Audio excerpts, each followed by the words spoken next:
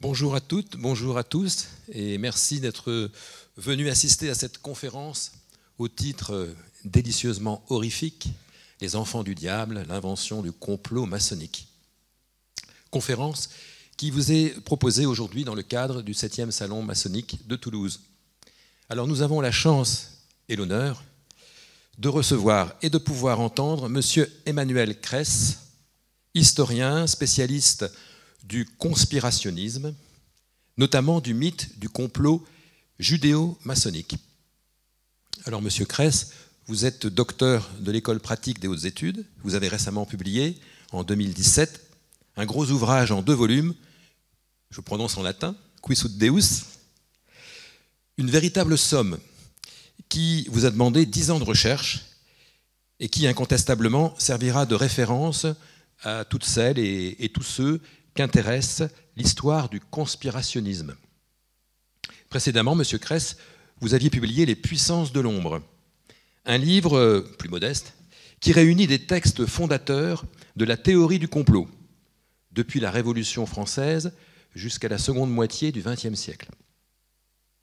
Alors, ce que l'on comprend bien en lisant vos livres, Monsieur Cress, c'est que ce sont les bouleversements de la Révolution française, ces bouleversements qui entraînent la fin d'un monde, et d'abord d'un système politique, la monarchie héréditaire, la monarchie absolue et de droit divin, qui s'appuyait sur la toute-puissance de l'Église.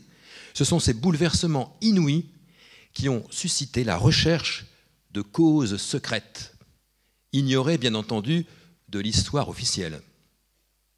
Dès la toute fin du XVIIIe siècle, à l'époque du Directoire, un jésuite, Augustin de Barruel, publie ses mémoires pour servir à l'histoire du jacobinisme, en 5 volumes. Très clairement, l'abbé Barruel présente la Révolution comme le fruit d'une conjuration antichrétienne et antimonarchique, orchestrée par les philosophes des Lumières et par les francs-maçons au sein de ce qu'il appelle les arrière-loges, une sorte de maçonnerie invisible qui manipulerait les loges. Selon Barruel, c'est, je le cite, une coalition des adeptes de l'impiété, des adeptes de la rébellion, des adeptes de l'anarchie, qui forma les clubs des Jacobins. Et dans quel but? Pour abattre l'autel, le trône et la société, bien sûr. À la suite de cet ouvrage, l'idée d'une conspiration maçonnique, dont les desseins est de remodeler les sociétés, cette idée fait son chemin. Cette idée du complot maçonnique enflamme les esprits, car, comme vous le dites, Monsieur Cress, elle permet de rendre compréhensible l'inconcevable, d'offrir une grille de lecture pour expliquer les changements considérables qui bouleversent les sociétés européennes tout au long du XIXe siècle. L'Église, d'abord, y trouve un excellent tremplin pour reconquérir le terrain perdu. Dès 1821, le pape Pie VII dénonce la conspiration des loges pour renverser l'Église et lui arracher des fidèles. Et bientôt, tous les bouleversements et révolutions qui agitent et transforment l'Europe deviennent autant de signes de la main invisible de la franc-maçonnerie. Les révolutionnaires de 1848, comme les communards, apparaissent dans la littérature conspirationniste comme de purs et simples agents des loges. Et oui, comme c'est simple, tout s'éclaire dès que l'on invoque les puissances de l'ombre. Et puis en 1869, un polémiste français, Gougenot des Mousseaux, dénonce pour la première fois, dans un volumineux ouvrage, la parenté entre les juifs, les francs-maçons et les occultistes, et leur prétendue collusion pour détruire le monde chrétien. Dès lors, le complot maçonnique se transforme en complot judéo-maçonnique. La porte est grande ouverte à tous les fantasmes et à tous les amalgames. Un auteur particulièrement emblématique, entre autres, et dont la lecture m'a glacé le sang, fut Emmanuel Chaboty, qui, dans son livre publié en 1882, « Les Juifs, nos maîtres », retrace 400 ans d'actions occultes des Juifs en France par l'instrumentalisation de la franc-maçonnerie. 60 ans plus tard, C'est un membre de l'association des journalistes anti-juifs proche de la commission d'études judéo-maçonniques, un certain Jean Mamy, dit Paul Rich, qui réalise en 1943 le fameux film de propagande anti-maçonnique Forces occultes. Alors aujourd'hui, des thèses conspirationnistes surgissent à nouveau au moindre événement traumatique. On l'a vu à l'occasion des attentats du 11 septembre 2001, notamment.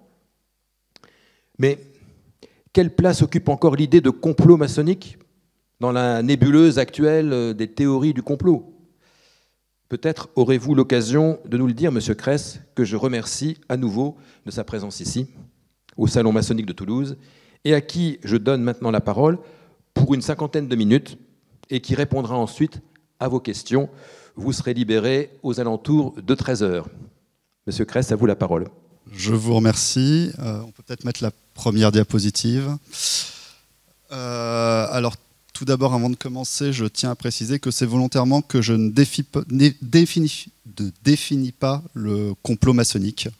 Je laisse la notion dans le flou, de façon tout à fait volontaire, et on pourra peut-être revenir dans la discussion postérieure sur cette notion de complot qui est extrêmement complexe. Je n'emploierai pas non plus ni les termes théorie du complot, conspirationnisme, je me contenterai à idée de complot ou complot maçonnique. Diapositive suivante. Les grands hebdomadaires titrent régulièrement sur la franc-maçonnerie, étalant sur les murs des grandes villes des unes qui bien souvent laissent entendre aux passants que derrière le pouvoir visible se cache un autre pouvoir, invisible, celui des loges.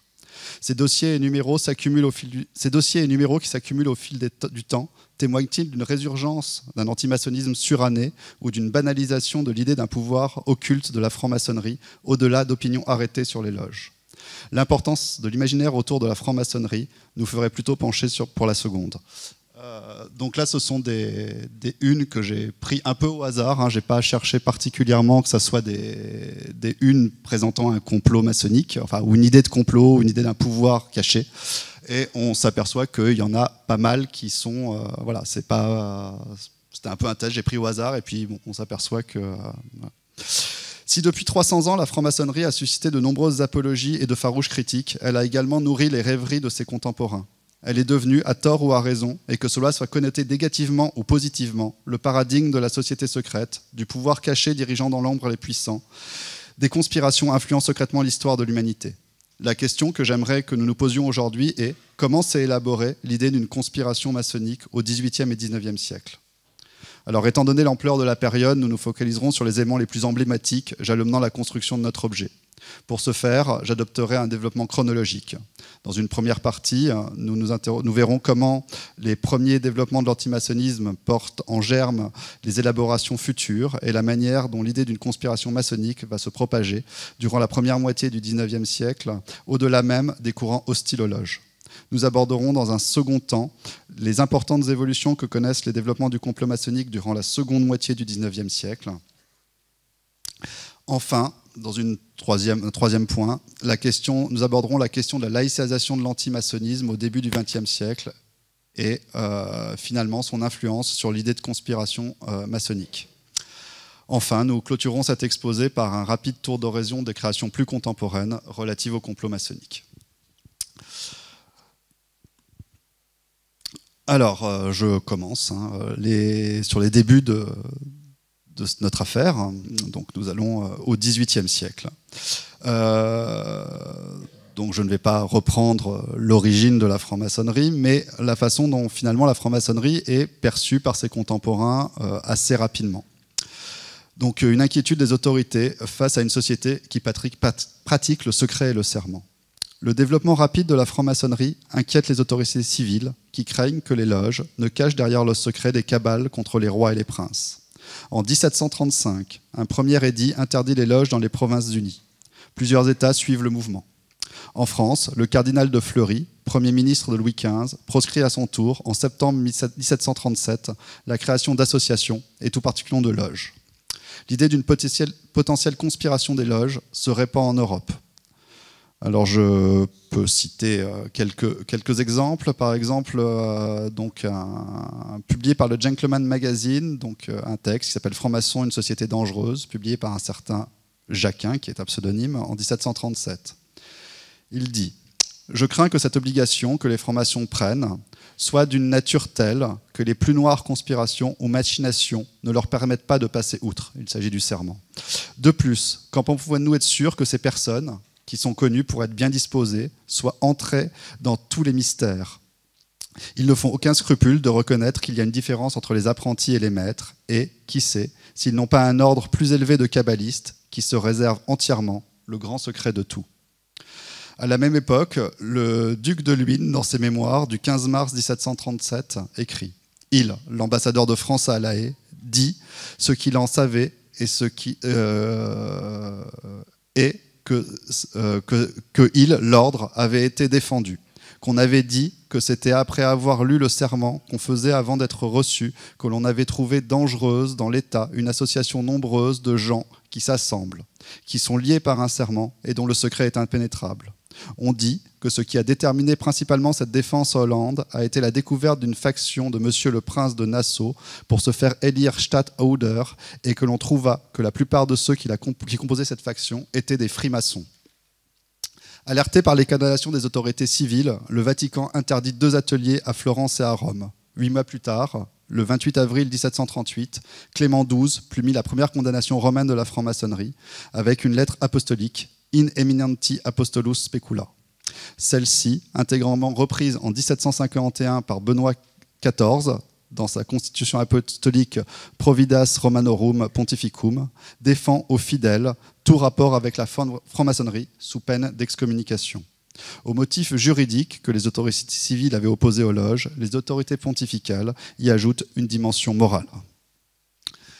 À partir de là, les pamphlets antimaçonniques, une littérature de révélation sur les loges qui n'est pas forcément antimaçonnique et des querelles internes à la franc-maçonnerie sous forme d'ouvrages vont se répandre dans les sociétés européennes.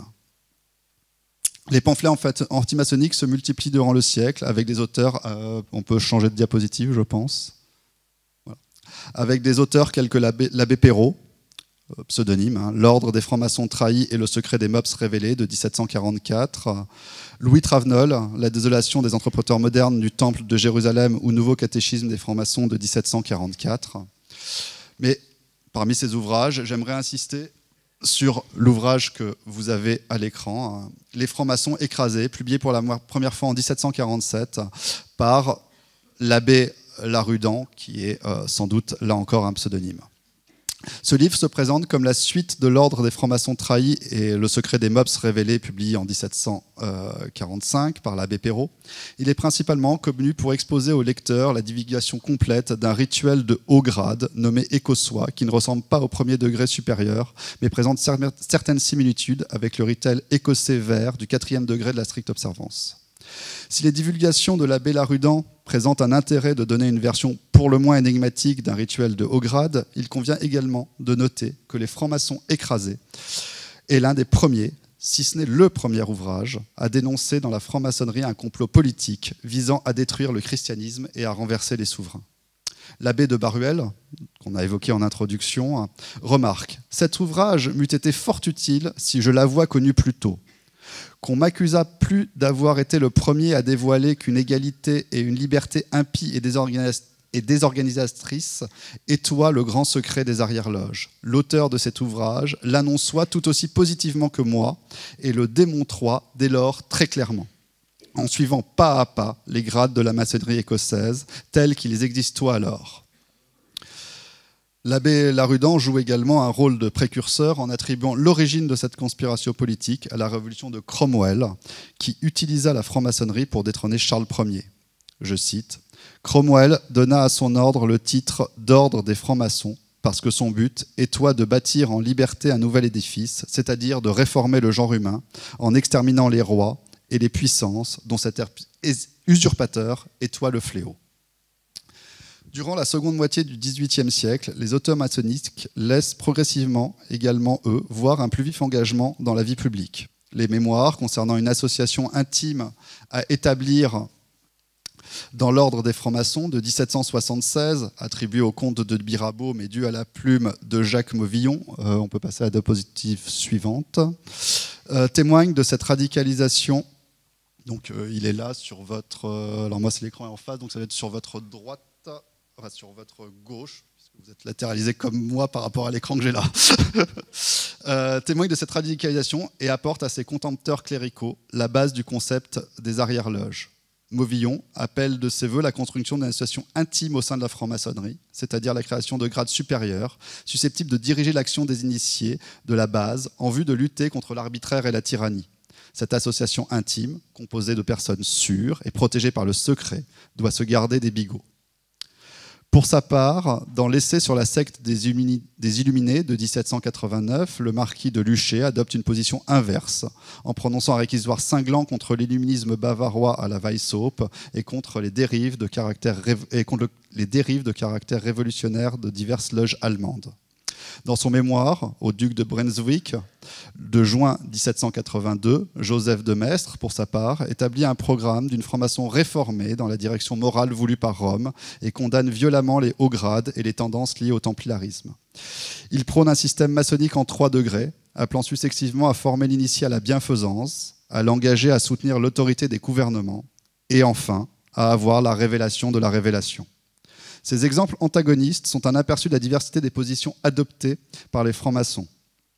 Les polémiques internes à la franc-maçonnerie peuvent d'ailleurs, le cas échéant, prendre des formes assez étranges. C'est le cas de Nicolas de Bonneville, animé de sympathie envers le rationalisme maçonnique et les positions politiques radicales de l'illuminisme bavarois, et opposé à toute dérive symbolique génératrice, selon lui, de fanatisme religieux dans la franc-maçonnerie, dénonce, dans « Les jésuites chassés de la franc-maçonnerie et leurs poignards brisés » par les maçons de 1788, les manœuvres entreprises par la Compagnie de Jésus pour prendre le contrôle des loges de haut grade et assurer la domination pontificale. Les disputes maçonniques publiques entre tenants d'une maçonnerie d'esprit rationaliste et maçons spiritualistes, entre les partisans et adversaires des hauts grades, ou les débats sur les objectifs politiques des loges contribuent à donner une importance à des phénomènes somme toute mineurs, dénués de correspondance effective dans le vécu quotidien. Au final, ces débats et cette littérature viennent nourrir les adversaires de loge et popularisent surtout l'idée d'une conspiration maçonnique. Nous pouvons passer à la diapositive suivante. Donc, nous allons voir la Révolution française comme élément important d'évolution de cette idée d'une conspiration maçonnique. Avec les événements de 1789, la polémique s'appuie sur la réalité des changements politiques, sociaux, et religieux et économiques. Dès les débuts de la Révolution, des ouvrages circulent dénonçant la franc-maçonnerie comme le principal instigateur de la subversion. En 1791, le père François Lefranc, eudiste supérieur du grand séminaire de Coutances, vicaire général du diocèse et future victime des massacres de septembre, publie un premier opuscule, Le voile levé pour les curieux, ou le secret de la Révolution française révélé à l'aide de la franc-maçonnerie. Alors l'image que vous avez de l'abbé Lefranc là est une image bien postérieure qui date de la fin du 19e, où vous le voyez durant les massacres de septembre. Suivi un an plus tard de la conjuration contre la religion catholique et les souverains. Cet ouvrage représente la Révolution comme résultant d'une conjuration maçonnique dirigée contre l'autel et le trône. Ces révélations sont rapidement reprises par de nombreux auteurs. De tous ces continuateurs, je n'en présenterai qu'un, le plus célèbre, l'abbé Augustin de Baruel, qui connut sans doute la plus grande postérité avec ses mémoires pour servir à l'histoire du jacobinisme, qu'on a évoqué précédemment, publiés entre 1797 et 1798. Au moyen d'une érudition très poussée, d'une connaissance approfondie de la franc-maçonnerie, d'une vaste documentation et d'un recours constant à l'amalgame et à la généralisation abusive, Baruel tend à montrer que derrière les loges connues se cachent des arrière-loges, véritables instigatrices de la Révolution. C'est dans leur sein que les Illuminés, descendants des Templiers, ourdissent leur complot contre la monarchie et l'Église. Popularisée par l'abbé de Baruel, l'idée d'une conspiration maçonnique connaît un succès grandissant durant tout le XIXe siècle.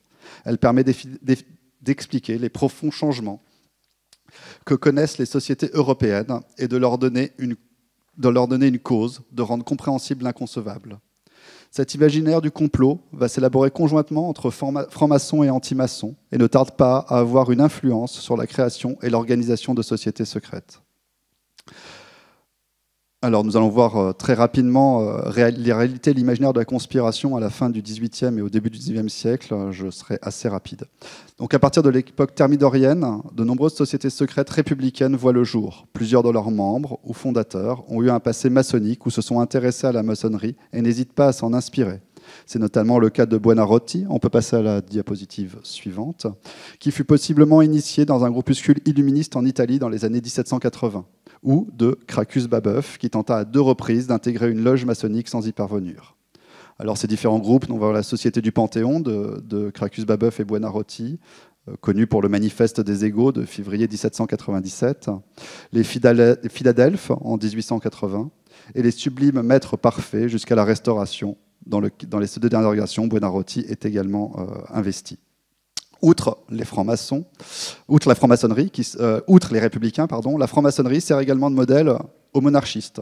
Des sociétés secrètes contre-révolutionnaires voient le jour. Alors, nous en avons plusieurs qui existent déjà avant la Révolution française, mais le phénomène grandit avec la Révolution. Donc, comme l'Institut philanthropique du Chevalier des Pommelles, les Francs régénérés, ou encore les Chevaliers de la Foi de Ferdinand de Biétré de Sauvigny, que vous avez au milieu. Alors, il a fréquenté l'Institut philanthropique, rencontré l'abbé de Baruel, qui, comme lui, était un familier du salon de Madame de Sourches, et lu avec intérêt les mémoires pour servir à l'histoire du jacobinisme. Il est arrivé à la conclusion que le seul moyen de réparer le mal causé par les sociétés secrètes était de les combattre avec leurs propres armes. Pour mieux les étudier, il s'est fait initier à la loge de la Parfaite Estime en 1807. Après quelques mois, il donne sa démission et, en 1809, jette les bases de son organisation. Celle-ci prend clairement sa source dans la vision baruélienne de l'illuminisme. Elle est divisée en 5 grades, compartimentés par le secret, ayant chacun leurs rituels et leurs insignes. Les chevaliers de la foi jouent un rôle politique dans les milieux monarchistes du début du XIXe siècle. Sous l'Empire, ils participent à l'agitation contre l'empereur et se trouvent liés à différents complots, dont peut-être le plus célèbre d'entre eux, la conspiration du général Mallet, que vous avez au centre. En 1813, ils sont l'une des causes les plus efficaces de la Restauration. Après la chute de Napoléon et le retour de la monarchie, l'ordre se retrouve animateur de la mouvance ultra. Et ce n'est qu'en les années 1885 qu'il est dissous pour des raisons qui dépassent notre propos. Ces mouvements paramaçonniques catholiques tendent à disparaître après la Restauration et ne faut bientôt plus parler d'eux. La littérature antimaçonnique connaît elle aussi un recul avec le retour de la monarchie, avant d'être rapidement ravivée par la question italienne et la popularisation de la charbonnerie. Alors la charbonnerie, très rapidement, joue un rôle dans cette diffusion de l'imaginaire. Probablement née en Bourgogne ou en Franche-Comté, la charbonnerie s'est développée dans toute la France, touchant principalement les catégories sociales hostiles à la restauration monarchique de Louis XVIII, en particulier les militaires placés en demi-solde après la chute de l'empereur. Elle s'est ensuite répandue en Italie, emportée dans les bagages des soldats français qui, inspirés par un idéal de caractère romantique, sont partis se battre contre les Bourbons, famille royale titulaire de l'île des Deux Siciles. L'assimilation entre charbonnerie et franc-maçonnerie fréquente, on peut peut-être mettre la diapositive suivante. Donc c'est une représentation de la charbonnerie. Donc on voit la meule au centre. On voit les relations évidemment avec des tableaux de loges maçonniques. Donc pour des auteurs peu soucieux de détails, ces similitudes conduisent à des collusions. Il n'en demeure pas moins que beaucoup de révolutionnaires du début du XIXe siècle appartenaient aux 2 organisations et que la confusion a pu s'installer dans les esprits, peu enclins par négligence ou par intérêt à l'exactitude. Alors l'événement le plus connu de cette histoire de la charbonnerie, c'est l'affaire des 4 sergents de La Rochelle, donc des jeunes soldats bonapartistes et carbonaristes français, accusés sous la Restauration d'avoir voulu renverser la monarchie et guillotinés le 21 septembre 1822. Alors la fin du XIXe siècle la fin du XVIIIe siècle et le début du XIXe siècle sont un grand moment donc dans ces histoires de conspiration et d'élaboration autour de la notion de société secrète. Alors nous avons de très nombreux complots réels. Nous avons évoqué celui du général Mallet, les 4 sergents de La Rochelle, etc. etc. C'est aussi par exemple une période où a eu lieu le premier attentat à la bombe en France, avec l'attentat de la rue Saint-Nicaise, également connu sous conspiration de la machine infernale, qui est un attentat qui a eu lieu le 3 Nivose de l'an 9, c'est-à-dire le 24 décembre 1800, à 20h, et qui est dû à une conjuration royaliste visant à assassiner Napoléon Bonaparte, premier consul, depuis le coup d'État du 18 Brumaire à Paris, le 9 novembre 1799. Alors, c'est de nombreux complots. C'est aussi une période où on va penser le complot, penser les techniques de la conspiration. Buonarroti, dont on a parlé précédemment, fut sans doute l'un des premiers à mettre en pratique un certain modèle d'activisme insurrectionnel fondé sur la notion de soulèvement populaire, technique consacrée par l'histoire même de la Révolution et qui commençait maintenant à se voir prôner contre des gouvernements déterminés. C'est également une période où se forge la notion d'une élite révolutionnaire agissante, posant finalement les bases de nombreux mouvements postérieurs. C'est une période également où se posent les fondements de l'antimaçonnisme, avec de nombreux concepts qui s'élaborent, comme celui de société secrète, et notamment autour des sociétés secrètes, avec notamment le concept d'arrière-loge, d'illuminisme, etc., etc., dans un sens antimaçonnique, au-delà des illuminés de Bavière et de leur réalité historique. C'est aussi un moment où s'élaborent certains grands thèmes d'une histoire secrète de l'humanité qui deviennent des lieux communs, alors tels que celui de la survivance templière avec le livre de Charles-Louis Cadet de Gassicourt, le tombeau de Jacques de Molay ou le secret des conspirateurs à ceux qui veulent tout savoir de 1795.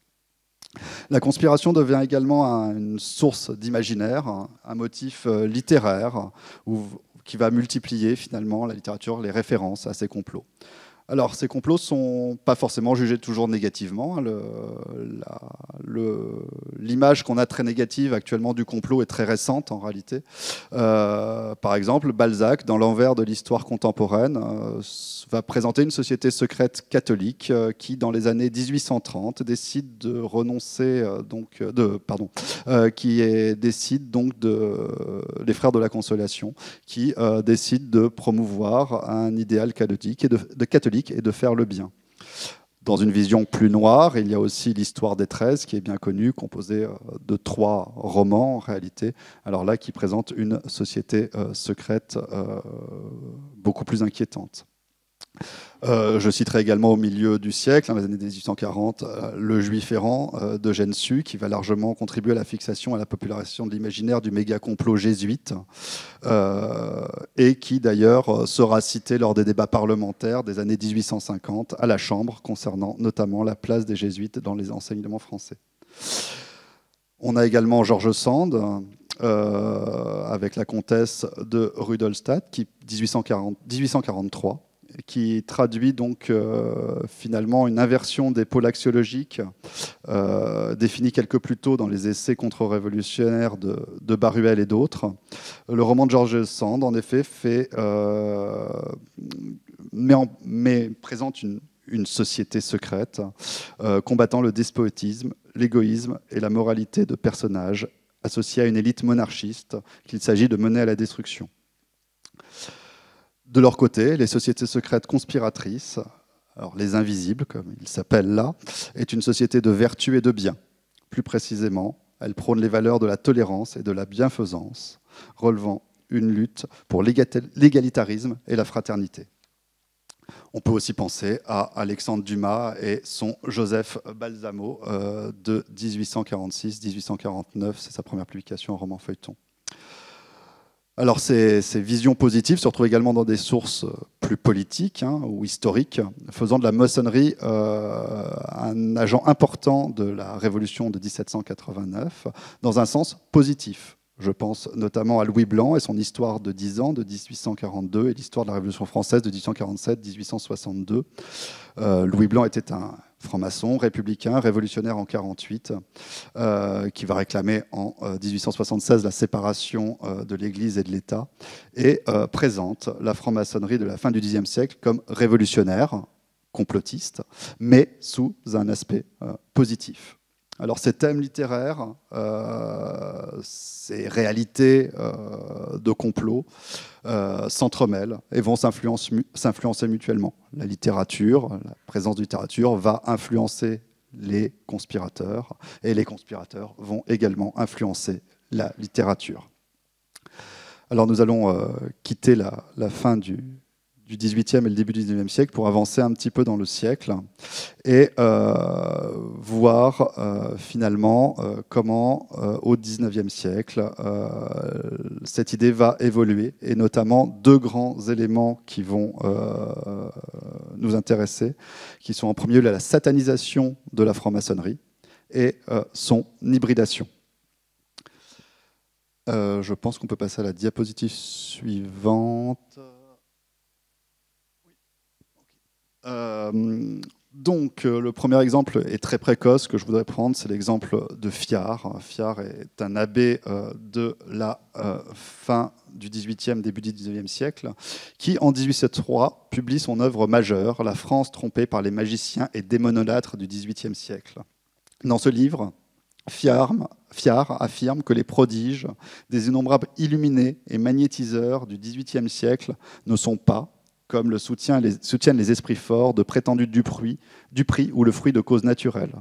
Ces phénomènes réels ne sont pas causés par Dieu ou par les anges, mais par le diable. Pour l'abbé Fiard, l'ensemble des faiseurs de prodiges, magiciens, voyants et même les ventriloques, que les scientifiques de son temps considèrent comme des charlatans, sont bel et bien les serviteurs du diable. C'est cette thèse que l'Ecclésiastique défend sur près de 200 pages en la confrontant au traité des savants de son époque. Dans la conclusion de La France trompée par les magiciens et les démonolâtres, Fiard finit par dévoiler que ces faiseurs de prodiges ne sont pas les réels maîtres du complot entre les mains des illuminés jacobins et arrière-maçons. Mais que, en réalité, ce sont des marionnettes aux mains des illuminés jacobins et arrière-maçons qui ont fait un pacte avec l'enfer, pacte qu'ils transmettent à leur progéniture. Voilà les véritables conjurés, voilà nos bourreaux, dit-il. Les dernières pages du livre sont apocalyptiques, affirmant l'entrée dans l'époque des faiseurs de prodiges annoncés et des précurseurs de l'Antéchrist, qui, lui-même, selon saint Paul, sera le plus grand des magiciens. Alors, nous avons ce cas-là, mais globalement, cette idée d'une franc-maçonnerie ou d'arrière-loge satanique, même si elle se trouve en germe chez certains auteurs, reste plutôt en germe et ne s'incarne pas réellement.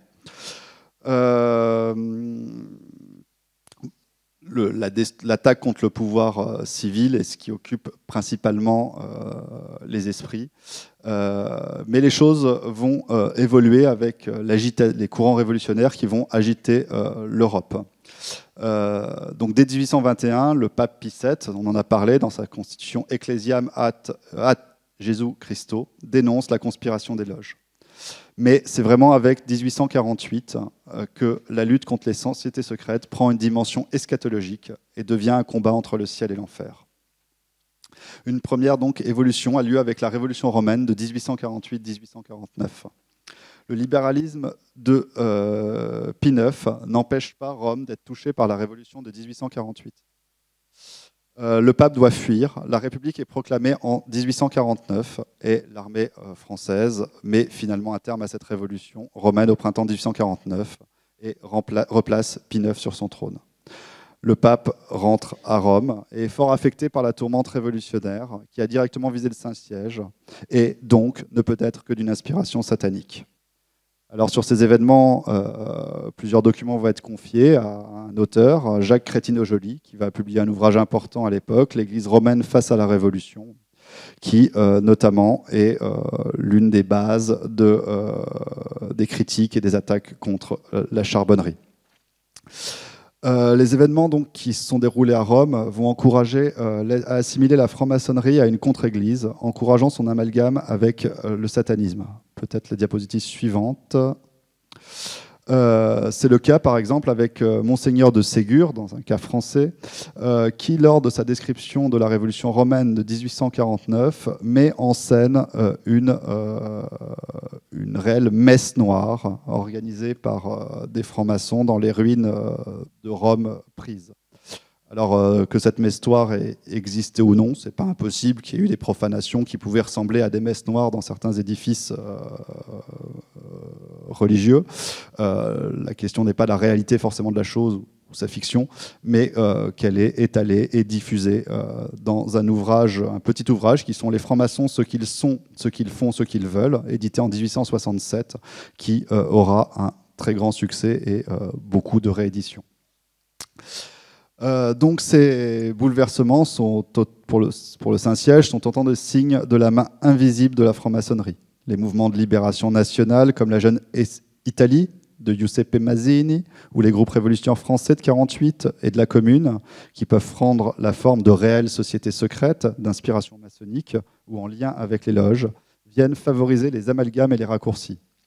La progression des idées libérales dans les sociétés européennes et au sein même de l'Église, les outrances d'une propagande anticléricale en plein essor, l'occupation et la perte des États pontificaux sont perçus par Rome comme la résultante des attaques d'une contre-église incarnée dans les loges.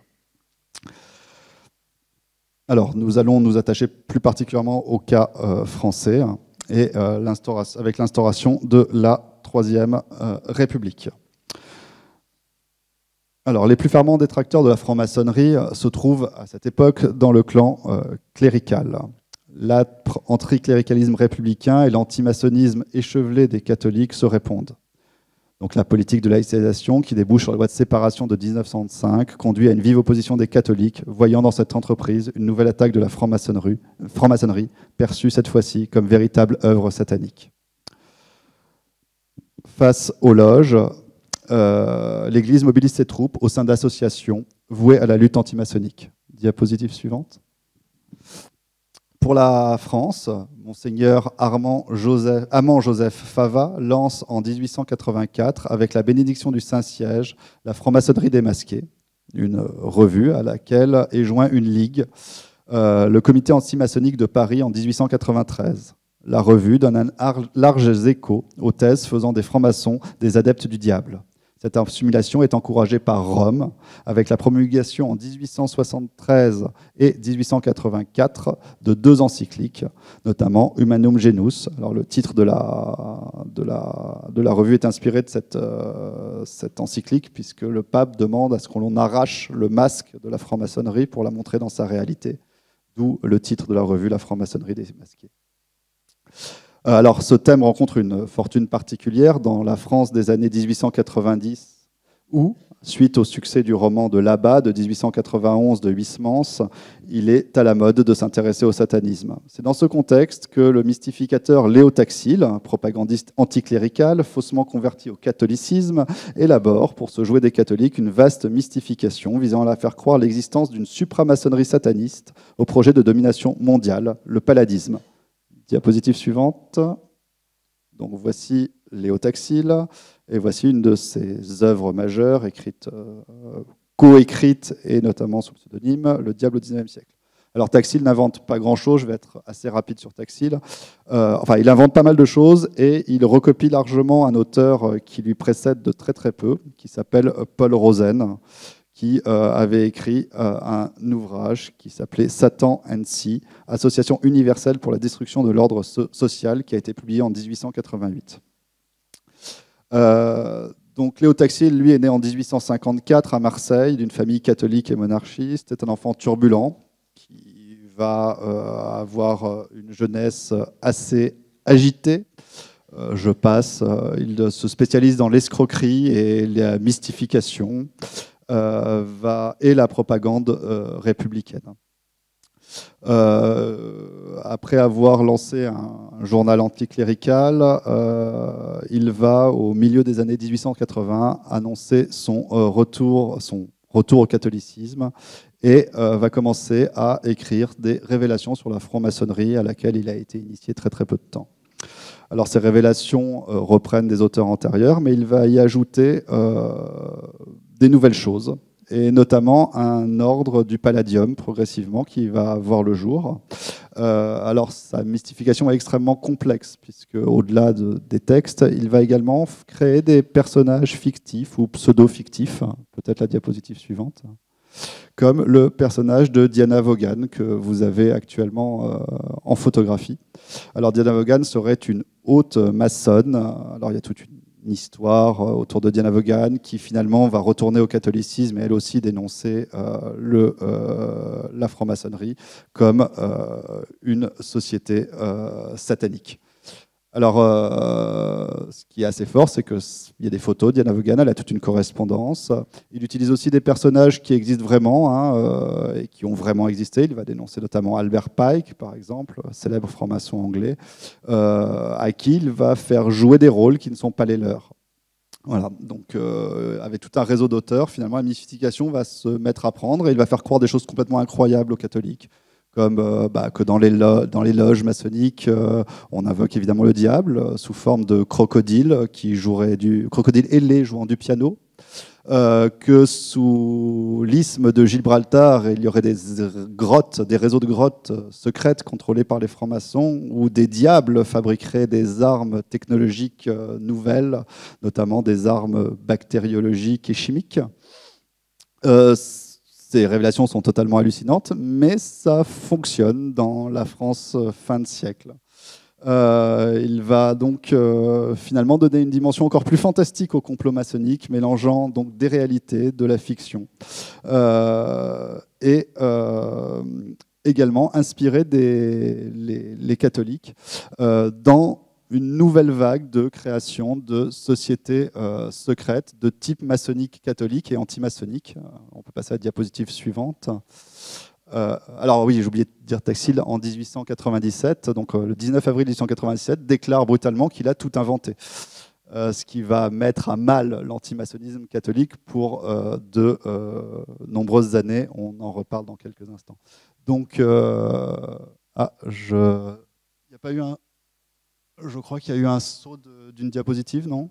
Ah non, alors c'est peut-être moi qui me suis trompé dans l'ordre, peut-être la suivante. Voilà, on reviendra après. Donc ça, c'est le labarum antimaçonnique. Donc ça, c'est un diplôme du labarum antimaçonnique.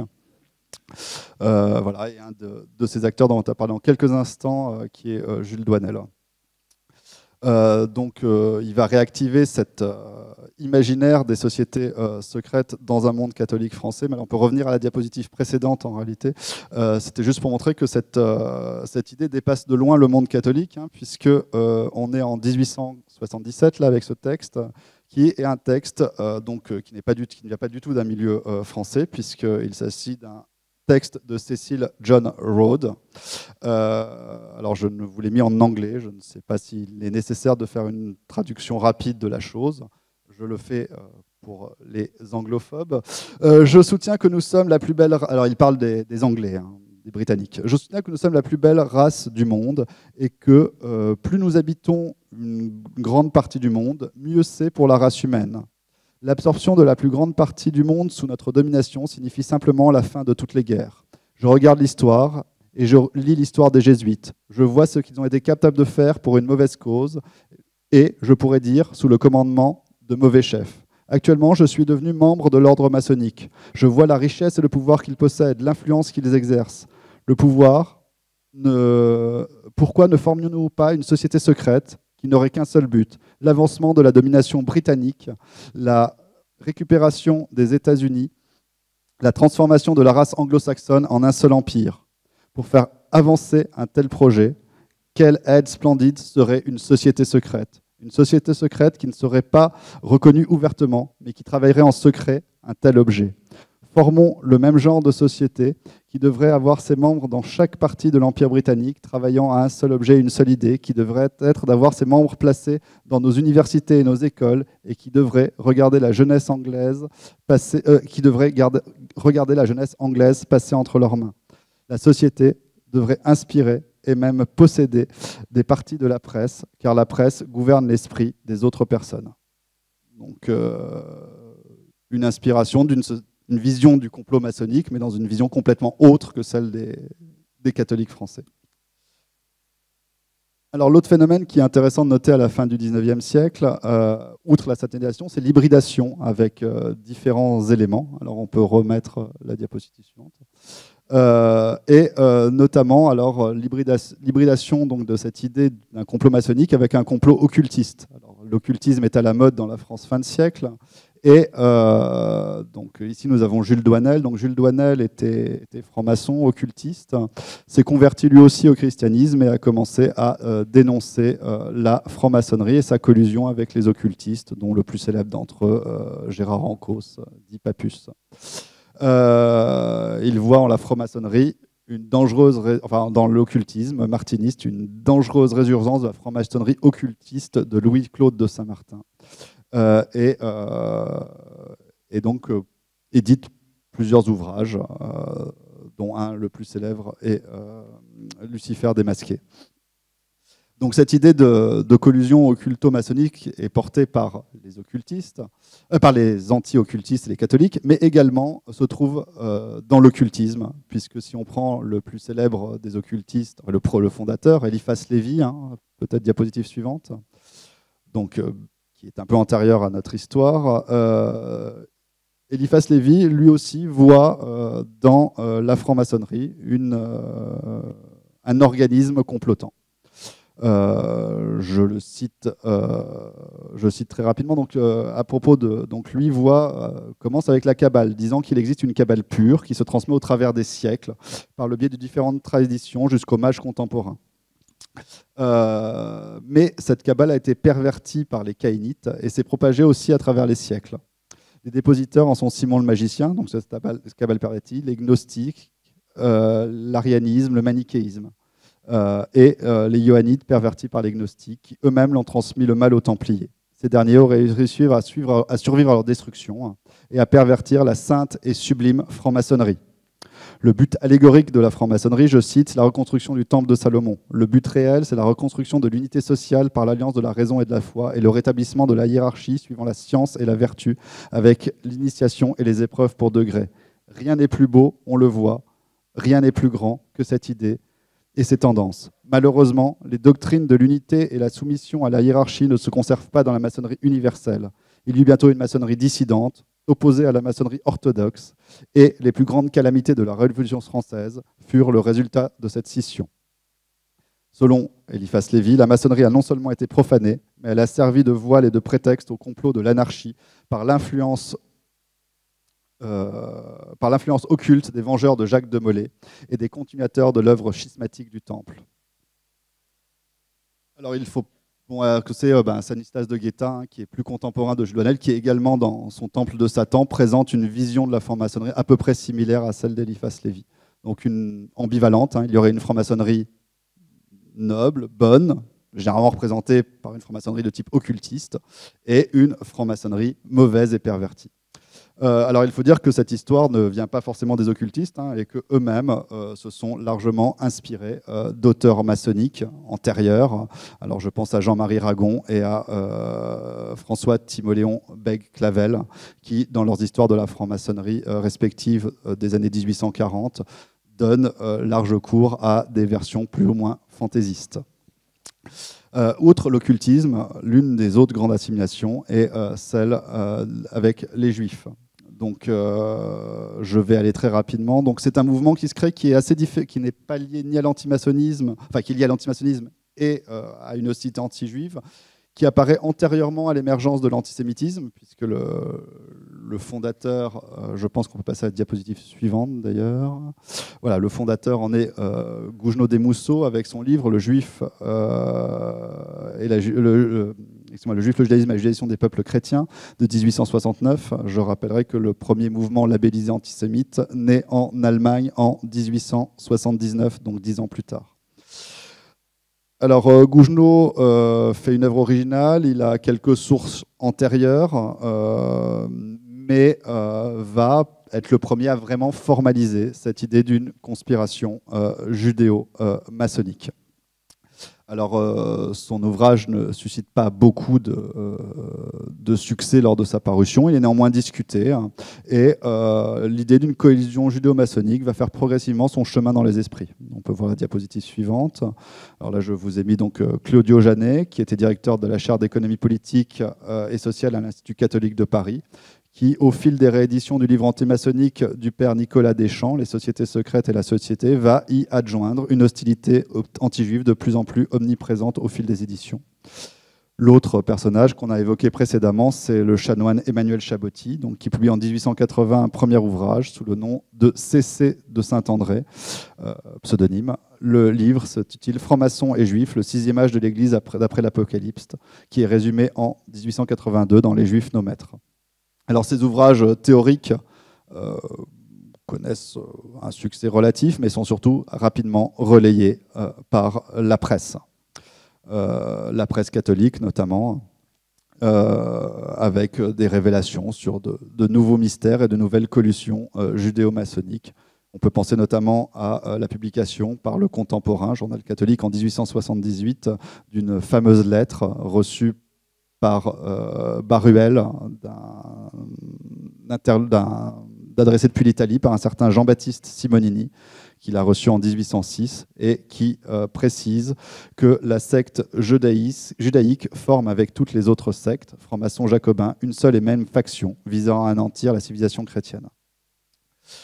Alors ce phénomène est rapidement confronté à un nouveau phénomène qui est celui de l'antisémitisme qui arrive en France dans les années 1880. Alors les premiers tenants d'un anti-judéo-maçonnisme ont collaboré aux premières publications antisémites françaises.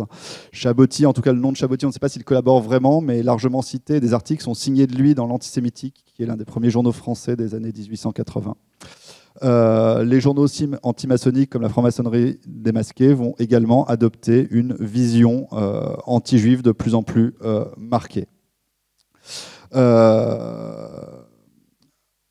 Alors la chose va augmenter avec l'apparition de l'antisémitisme proprement dit, et notamment de la figure d'Édouard Drumont. On peut peut-être passer à la diapositive suivante, qui publie donc au milieu des années 1880 La France juive, qui aura un succès important. Alors les antisémites s'occupent très peu de la franc-maçonnerie, s'y intéressent d'ailleurs, enfin la dénoncent, mais de façon ne sont pas très spécialistes de la chose.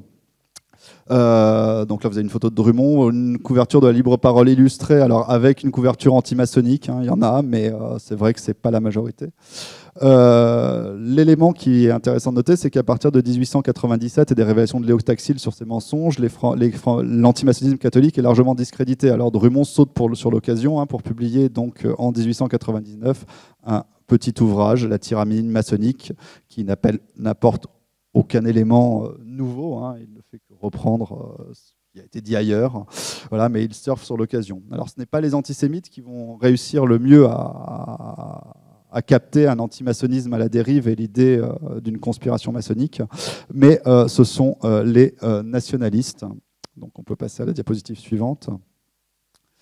Alors, donc Jules Lemaître qui va lancer donc, une pétition contre la franc-maçonnerie. Et je vous ai mis également une photo de Charles Maurras, voilà, qui, avec l'Action française, qui reprendra un anti-maçonnisme extrêmement virulent. Alors c'est un anti-maçonnisme qui tend à se débarrasser des histoires les plus croquignolettes, à la Taxil et à la Ségur, mais ne va pas pourtant renoncer à l'idée d'une conspiration maçonnique, mais va opérer une laïcisation de celle-ci. Alors on peut voir la diapositive suivante sans doute. Alors le grand instigateur théorique de cette laïcisation d'une conspiration maçonnique héritière du monde catholique, perçue négativement, c'est Paul Coppin Bancelli, donc avec son livre Le pouvoir occulte. Alors il va se fonder sur une démonstration qui se veut rationnelle pour essayer de montrer que finalement il y a une unité de la franc-maçonnerie, qu'elle conspire et que derrière cette franc-maçonnerie se trouvent les juifs. Par contre, il va abandonner toutes les visions les plus fantaisistes à la Taxil. Donc, je passe rapidement sur ces derniers développements, juste en insistant sur le fait qu'à ce moment-là se déroule une vraie conspiration maçonnique en France avec l'affaire des fiches. Donc, alors depuis déjà, les catholiques le dénonçaient, la franc-maçonnerie, le Grand Orient notamment, fait des fiches sur différents fonctionnaires, etc., etc. Alors c'est connu, ça suscite une pas grand intérêt. La chose qui va se passer, c'est qu'en 1904, le Matin va évoquer l'existence au ministère de la Guerre de 2 registres nommés Carthage et Corinthe, où se notaient les militaires en fonction de leurs opinions. Le Grand Orient est visiblement derrière ces registres, puisqu'il aurait établi 18 000 fiches pour la période 1901-1903. Alors l'affaire prend une tournure parlementaire, elle est dénoncée à la Chambre, on peut voir la diapositive suivante peut-être, et le député Siffton va asséner une claque monumentale dans l'Assemblée au ministre de la Guerre, le général André. Alors là, vous avez une carte postale animée. Alors elle n'est pas animée, évidemment. Si vous tirez sur le côté, la petite main de Siffton arrive. Alors ce n'est pas le général André, là, mais c'est Combes qui se prend des claques. Donc vous pouvez tirer et donner des claques à Combes. Voilà. Le document est assez amusant quand on tombe dessus sur des archives. Je dois avouer que j'ai donné beaucoup de claques à Combes en tirant sur la petite languette. Donc cette affaire présente vraiment une forme de conspiration maçonnique bien réelle, que je ne fais qu'évoquer rapidement. Alors à noter que cette conspiration, par contre, si elle est bien réelle, n'apporte pas grand-chose, puisque le succès est des plus relatifs, et le bilan de l'affaire des fiches est bien maigre. Elle montre certes que les anti-maçons disposent d'un vaste réseau d'appui au sein de l'opposition, allant de l'action libérale aux antisémites, en passant par la Ligue de la patrie française, etc., et leur procure une publicité non négligeable, mais les résultats sont quasiment nuls. Alors, un rapport de police, et avant de conclure, je cite rapidement ce rapport de police. Seulement, malgré tout le bruit fait autour de ces fiches, il ne répondit nullement à ce qu'avaient espéré Siffton et les autres. Les avis étaient très partagés, et même les nationalistes n'étaient pas loin de comprendre, ils n'allaient pas jusqu'à les excuser, qu'un gouvernement avait le droit de se renseigner sur les officiers et les fonctionnaires par tous les moyens possibles.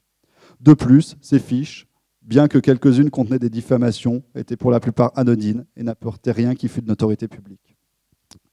Donc se finit à la fin du 19e, début 20e, un premier processus de législation de l'antimaçonnisme, et nous allons sauter l'ensemble du 20e siècle, qui est pourtant riche en éléments, mais qui n'apporte pas forcément d'éléments extrêmement nouveaux pour arriver à nos jours. Et avant cela, en conclusion, tirer quelques enseignements de ce passage en revue de l'élaboration de l'idée d'un complot maçonnique au XVIIIe et XIXe siècle.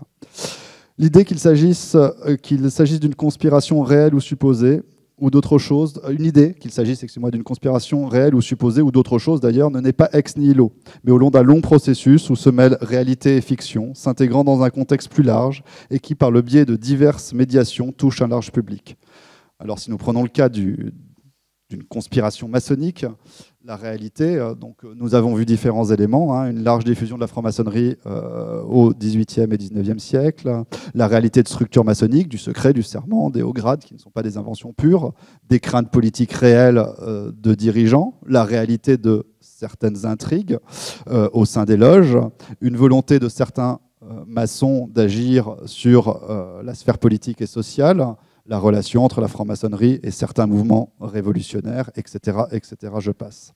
Des fictions, alors des filiations fictives, des interprétations fallacieuses, des inventions pures et simples, etc., etc., et un ensemble de contextes plus larges, la Révolution française, la création de réelles sociétés secrètes, de réels complots, de réelles conspirations, des éléments contextuels comme la perte de l'influence de l'Église, un changement à partir d'une laïcisation des sociétés, du rapport entre les hommes et leur histoire, et une médiation.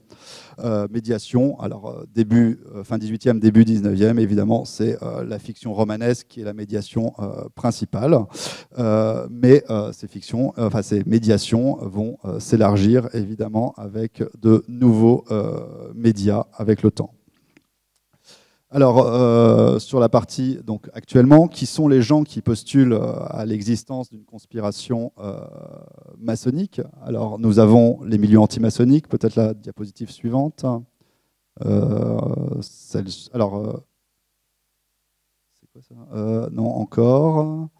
Oui, c'est ça. Bon, alors l'Église, alors que ça soit l'Église instituée. Alors, on a vu passer la condamnation ecclésiale la plus récente qui existe, qui date des années 1980. Certains responsables de l'Église catholique, alors là j'ai Monseigneur Ray et un de ses ouvrages, jusqu'à des franges les plus radicales de l'Église, où c'est là où se situe finalement la croyance. Alors de l'Église qui est même maintenant hors de l'Église, on peut penser à divers mouvements schismatiques, on peut passer à la diapositive suivante. Alors là nous avons la manif pour tous, les veilleurs devant le Grand Orient lors de cette manif pour tous, et je vous ai mis une petite photo de Esqueda, donc, qui est le mouvement Civitas, qui s'est un peu séparé de la fraternité Saint-Pie X. Diapositive suivante. Donc là, nous avons divers mouvements catholiques qui sont hors de l'Église, schismatiques purement et simplement. Donc pour la plupart, c'est des vacantistes là, donc qui postulent que le pape n'est plus le pape, mais l'antéchrist actuellement sur le trône pontifical. Donc Chiesa Viva ou les éditions Saint-Rémy qui rééditent abondamment une littérature anti-juive et anti-maçonnique. Diapositive suivante. Voici quelques auteurs actuels. Nous avons Pierre Hillard, notamment, sur votre gauche. Voilà, et des auteurs plus modestes comme Livernet ou Laurent Glosy. Diapositive suivante. Donc un petit extrait de Laurent Glosy, pour vous donner une idée de ce qu'il raconte. Diapositive suivante, on pourrait la mettre. Alors au sein des droites radicales, qu'elles soient catholiques, généralement elles se réclament d'un catholicisme au moins de convenance. Donc là je vous ai mis Pierre Sidos qui est mort en 2000, patron de l'œuvre français. Et Philippe Ploncard d'Assac, qui est le fils de Jacques Ploncard d'Assac, connu, qui a sévi pendant la période de l'occupation. Donc tous deux ont des mouvements de type néo-fasciste et héritiers de la collaboration qui, outre une hostilité anti-juive évidemment extrêmement virulente, font preuve d'un antimaçonnisme également virulent. Diapositive suivante.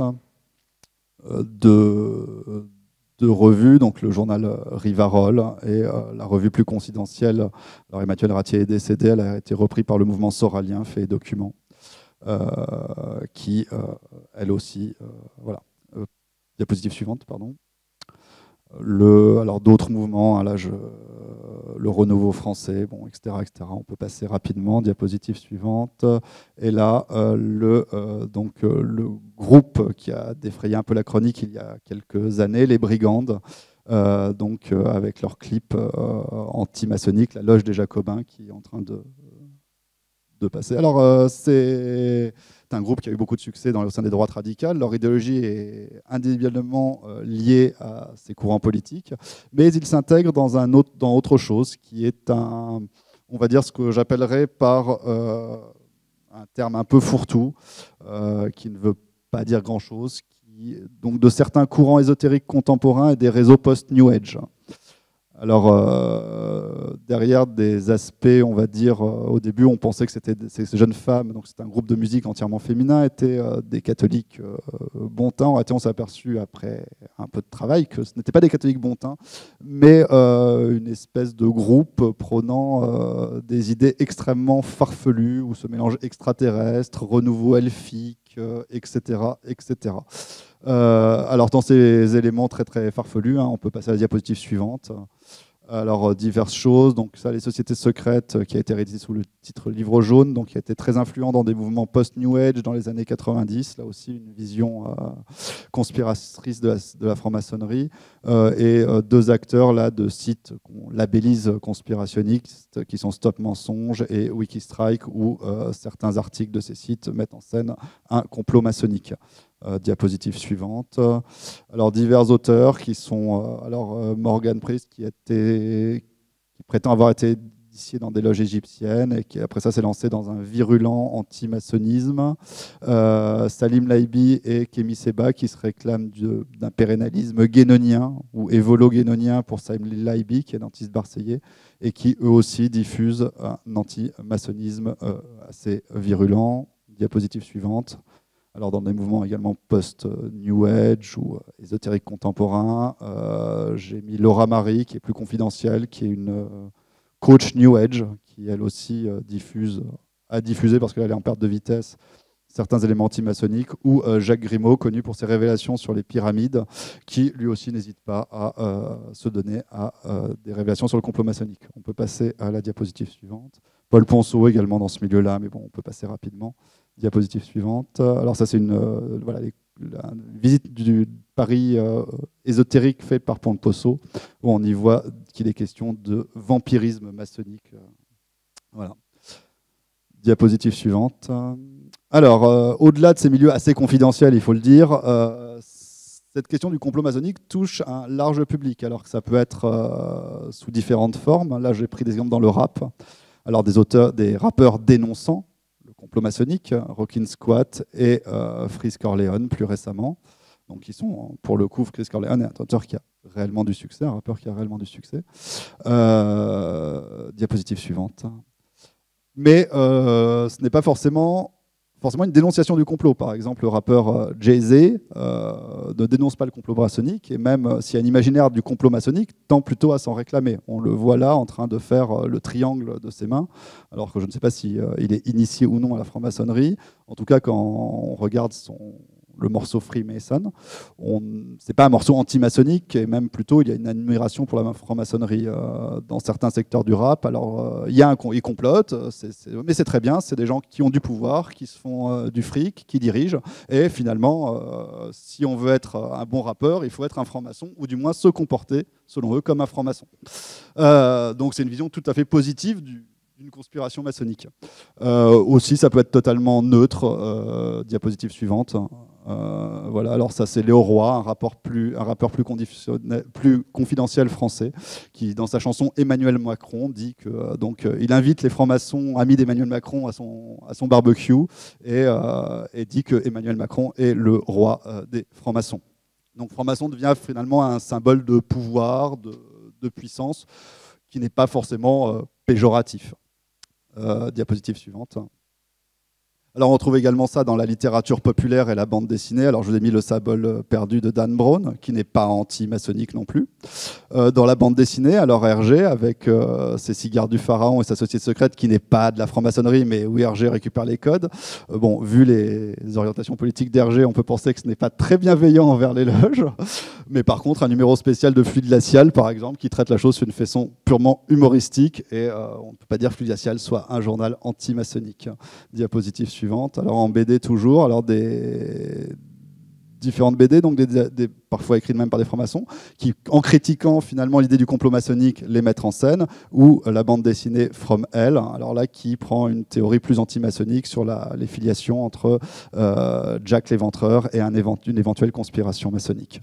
Alors au-delà de ces œuvres écrites, diapositive suivante, elles sont médiatisées aussi par le cinéma. Alors j'ai mis l'adaptation de From Hell au cinéma, qui a sans doute été plus vue que la BD a été lue, ou encore l'histoire de Benjamin Gate et le secret des Templiers. Alors Benjamin Gate, film produit par Walt Disney, montre une conspiration maçonnique qui a finalement contribue à la création des États-Unis, mais qui est vue de façon entièrement positive. Les francs-maçons sont des gens, certes, qui conspirent, mais qui sont très bien. Et puis un plus ambigu, alors ce n'est pas la franc-maçonnerie aussi, mais Eyes Wide Shut de Kubrick, où des éléments maçonniques peuvent être vus dans l'ensemble, et qui est une vision plus ambiguë. Diapositive suivante. Alors, je finirai au-delà de ces éléments-là sur les médias. Alors, la journaliste, que sans doute certains d'entre vous connaissent ici, Sophie Cognard, qui diffuse elle aussi l'idée d'une conspiration, en tout cas d'un pouvoir secret des francs-maçons sur la vie politique française, formant un État dans l'État. Voilà. Alors, certains sont animés évidemment par une animosité envers la franc-maçonnerie.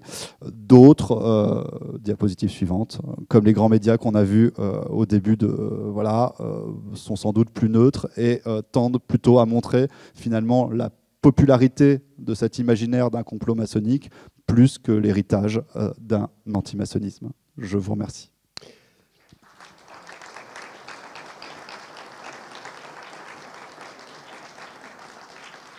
Merci, Monsieur Crest, pour cet exposé extrêmement riche et extrêmement documenté.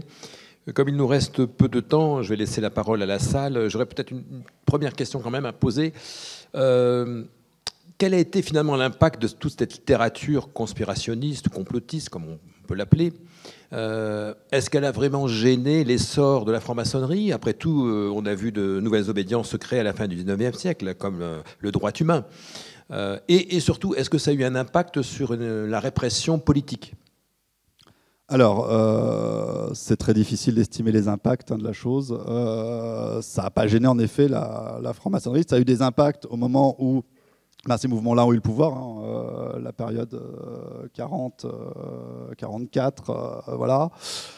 Les impacts sont finalement au-delà de ces moments de répression, parce qu'il y a des changements de pouvoir et des gens qui adhèrent à ces visions-là sont au pouvoir et luttent contre le complot maçonnique de façon efficiente. L'impact est relativement faible comparé finalement, d'antimaçonnerie d'une façon générale, en tout cas de la croyance en un complot maçonnique. Alors la croyance est sans doute très très répandue. C'est pas une croyance, comme j'ai essayé de vous le montrer, qui est forcément marginale. C'est pas une croyance qui est forcément anti-maçonnique. Croire à un complot maçonnique n'est pas forcément anti-maçonnique. Mais alors c'est difficile d'estimer la chose. On ne peut pas, voilà. Pour estimer. Alors j'ai un moyen d'essayer de donner au moins un élément de réponse. Donc l'idée d'une influence occulte de la franc-maçonnerie est impossible à estimer, mais on peut estimer donc qu'elle est importante. En revanche, comme je vous l'ai dit, c'est pas forcément connoté négativement et ça ne semble pas forcément non plus être un sujet de préoccupation. C'est-à-dire que si vous adhérez à cette idée, qu'il y a un complot maçonnique, et vous en moquez complètement. Je prendrai l'exemple des Gilets jaunes. Alors les Gilets jaunes, il y a eu une forte médiatisation de l'antimaçonnisme au sein du mouvement des Gilets jaunes. Alors antimaçonnisme qui a été réel dans certains secteurs du mouvement. On voit sur certains slogans, sur les ronds-points, certains gilets. Alors j'ai suivi des manifestations pour essayer de voir ce qu'il en retourne. Il n'y en a pas beaucoup des éléments antimaçonniques visibles en tout cas. Après ça, Maxime Nichols, par exemple, Flying Rider, avait fait des déclarations sur sa croyance en un complot maçonnique. Et il y a eu, dans le cadre de ce mouvement, des jets de projectiles sur une loge à Rennes, visiblement des gilets jaunes avinés qui ont envoyé des canettes de bière, et surtout le saccage d'une loge à Tarbes. Alors, malgré ces éléments indéniables, il convient de noter que la franc-maçonnerie n'est en aucun cas une préoccupation, ou si elle l'est, très secondaire du mouvement. L'élément que je donnerai, c'est sur une plateforme, Le Vrai Débat, qui a été mis en place par des Gilets jaunes en réponse au grand débat d'Emmanuel Macron. Il y avait donc, elle a recueilli 23 766 propositions. 30 propositions demandaient une interdiction ou un contrôle de la franc-maçonnerie, ce qui correspond à 0,1% des propositions, ce qui est, somme toute, relativement modeste. Merci, Monsieur Cress. Voilà, je tends le micro à qui aurait une question à poser.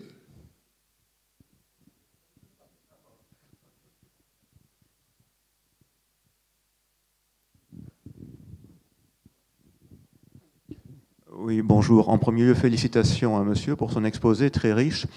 Bon, je ne suis pas franc-maçon, oui, je le dis. Je suis catholique. Je suis très attaché au concept et au mode de vie et aux obligations qu'exige le fait d'être catholique. Il est vrai néanmoins que j'ai vis-à-vis de la maçonnerie une distance suspicieuse, on va dire. Maintenant, est-on forcément complotiste quand on émet des observations quant au rôle qu'a joué la maçonnerie dans les événements majeurs de notre histoire? La Révolution française est très largement pilotée dans ses dirigeants par des considérations maçonniques. Robespierre était maçon.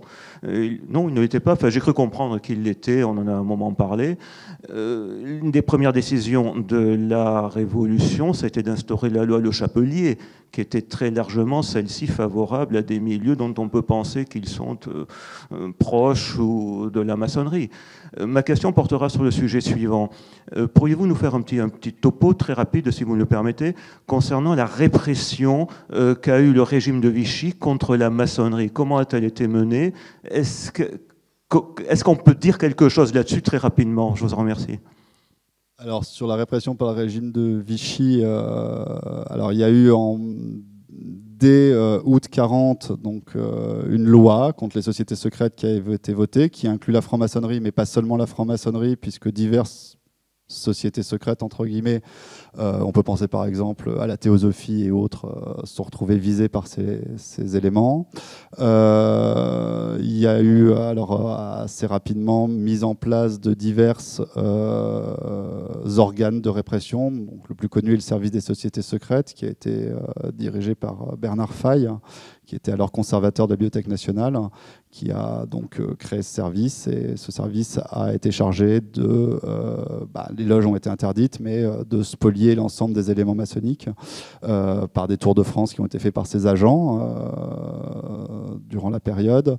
Elle est aussi donc un organe de propagande, puisqu'elle publie les documents maçonniques, qui sont une revue qui est publiée pendant toute l'occupation, et une organisation d'une exposition anti-maçonnique qui tourne dans toute la France. Alors il y a des francs-maçons qui sont arrêtés, il y en a qui sont déportés. La répression est relativement modérée d'une certaine façon, parce que même au sein de Vichy, il y a des francs-maçons, ou d'anciens francs-maçons, qui d'ailleurs ont modéré beaucoup cette loi sur les sociétés secrètes en la mettant loi contre les sociétés secrètes et les trusts, qui semble complètement aberrant, mais c'est pour une concession à certains anciens maçons de tendance plutôt socialiste qui avaient rejoint le gouvernement de Vichy. Je n'ai plus le chiffre en tête là, je crois qu'on estime qu'il y a 1300 ou 2300, je ne sais plus, francs-maçons victimes de la répression à cette époque-là. Alors ça n'a rien à voir par exemple en Espagne où il y a une répression extrêmement violente contre la franc-maçonnerie. Vichy a été bon. En Espagne, il faut dire que la guerre d'Espagne n'a pas aidé à la chose, mais les francs-maçons arrêtés étaient fusillés sur le champ. Donc là on a un bilan beaucoup plus lourd. Je ne sais pas si ça répond à votre question.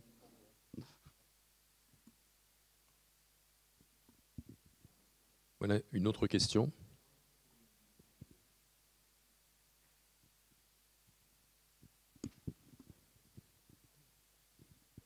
Oui, bon, je vous remercie pour ce point de vue historique, n'est-ce pas, qui nous ramène depuis le milieu du XVIIIe siècle jusqu'à nos jours. Mais il y a un mot qui n'est pas venu dans votre exposé, c'est la solidarité des francs-maçons entre eux. Et cette solidarité s'est beaucoup manifestée sous la Troisième République. Et il ne faut pas oublier que beaucoup de hautes fonctions étaient détenus de préfets, gouverneurs des colonies, conseillers d'État, par des francs-maçons. Mais il y avait en face d'eux aussi des catholiques, hein, attention.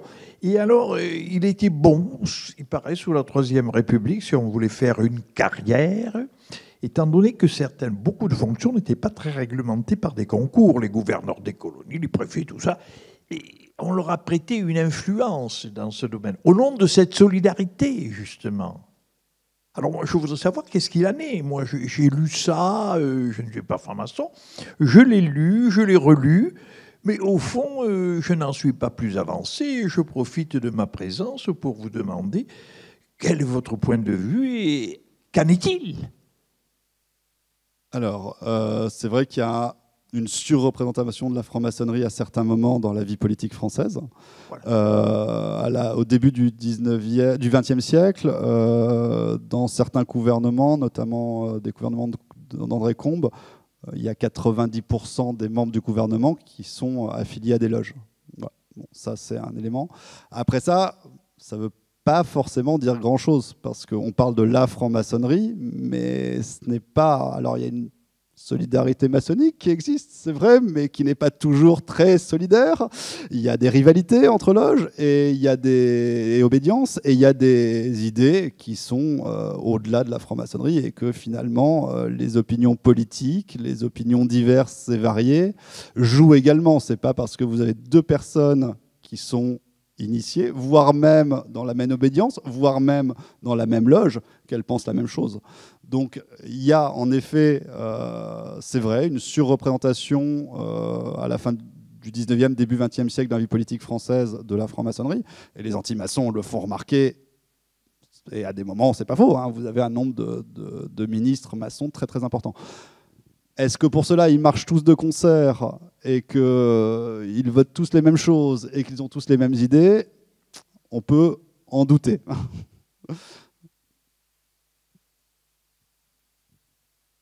Ce que vous venez de dire va à l'encontre de certaines théories justement conspirationnistes, hein, qui prétendent que finalement tout s'explique d'une façon pyramidale et qu'il y aurait des gens qui tireraient les ficelles au plus haut niveau.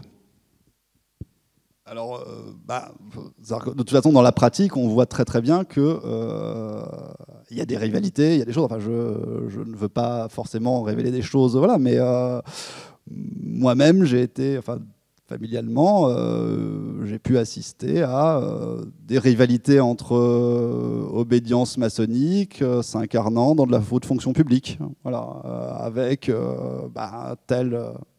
En l'occurrence, à l'époque, directeur d'hôpital était de telle obédience. Et il y a eu faut dire un complot, hein, c'est pas un gros mot, visant à le démettre. Et cette chose était visiblement instrumentalisée par une autre obédience.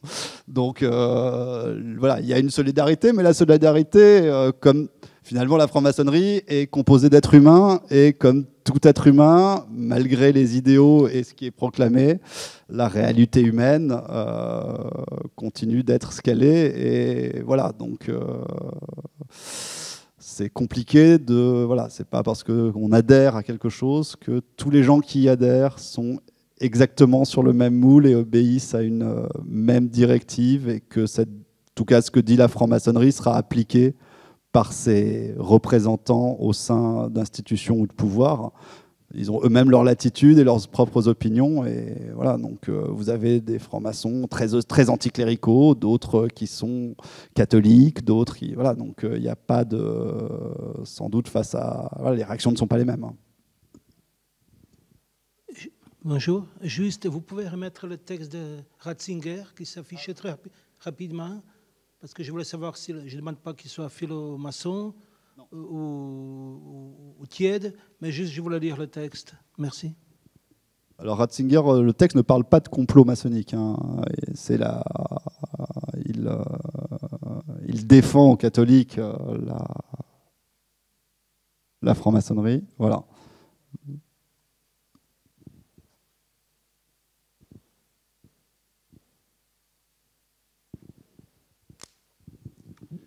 Oui, bonjour. Bien sûr, c'est trop facile de prendre la partie pour le tout, et donc de confondre quelques francs-maçons et la maçonnerie, c'est évident.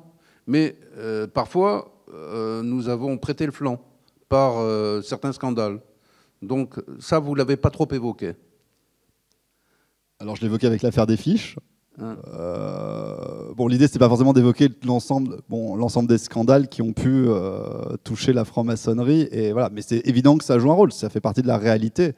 Pour qu'une idée existe, ce que je dis, c'est-à-dire il faut qu'il y ait des choses qui s'accrochent quand même à une réalité. Donc il y a eu et il y a toujours des complots maçonniques. Enfin, au sein de la franc-maçonnerie, des gens complotent. Alors au sein même de la franc-maçonnerie, je pense qu'il y a des complots internes à la franc-maçonnerie, des complots de certains francs-maçons, voilà. Mais et ça, oui, ça émaille, et c'est des éléments qui peuvent ressurgir régulièrement et qui sont en effet un moyen d'accroche dans la réalité. Et ça c'est tout à fait juste. Hein.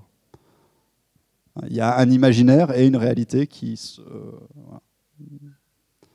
Alors après ça, il n'y a pas un complot maçonnique, ça je veux dire. Enfin, il n'y a pas une unité du complot maçonnique dans un but précis. Il y a des complots maçonniques, ça c'est indéniable. Il y en a eu, il y en aura et il doit y en avoir. Mais c'est pas une vision unique. C'est-à-dire qu'il y a des éléments, et ces éléments en effet vont nourrir une réalité, un imaginaire sur la franc-maçonnerie. Ça c'est évident.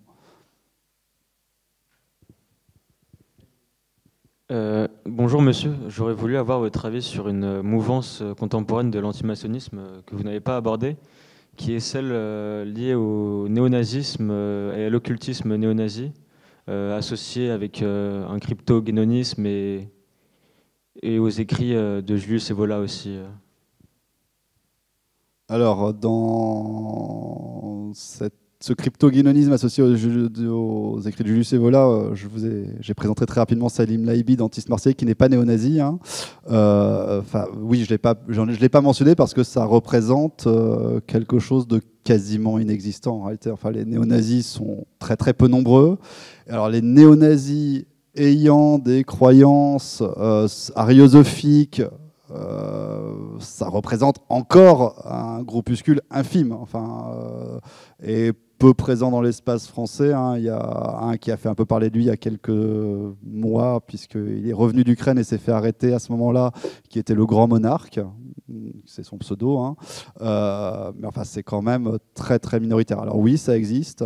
Le national-socialisme s'est opposé à la franc-maçonnerie, sans doute pour des raisons différentes que les catholiques français, etc. Il y a un antimaçonnisme, mais d'abord, ce n'est pas quelque chose forcément qui est au centre de leur pensée. L'hostilité anti-juive et le racisme est beaucoup plus prégnant. Mais en effet, ça existe. Je ne l'ai pas mentionné parce que c'est vraiment très, très, très, très groupusculaire. Mais ça existe. Rappelons que les nazis sont beaucoup plus inspirés de l'organisation des jésuites que de l'organisation des loges. Voilà, il nous reste peu de temps, 1 minute, peut-être encore une question. Sinon, on vous laissera aller manger. Une question, madame? Oui, je voulais vous demander, par rapport à la mouvance QAnon, si les francs-maçons étaient une cible privilégiée, et si, quand on entend parler de État dans l'État de madame Coignard, ça a une référence avec le fameux Deep State dit QAnon. Merci. Alors,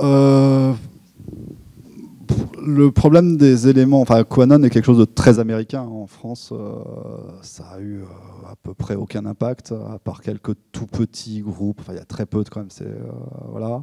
L'antimaçonnisme américain et la vision américaine des choses est assez différente de la vision française. C'est-à-dire que vous avez un antimaçonnisme qui s'incarne dans des réalités sociales et culturelles.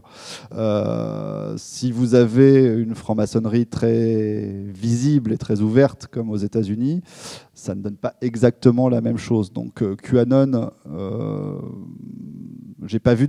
Alors il a dû y en avoir des développements, mais c'était pas central chez QAnon, qui s'occupait plutôt de faire une exégèse des propos de Trump et de révélations plus ou moins. Voilà. Mais il y a des choses, il y a des mentions de la franc-maçonnerie.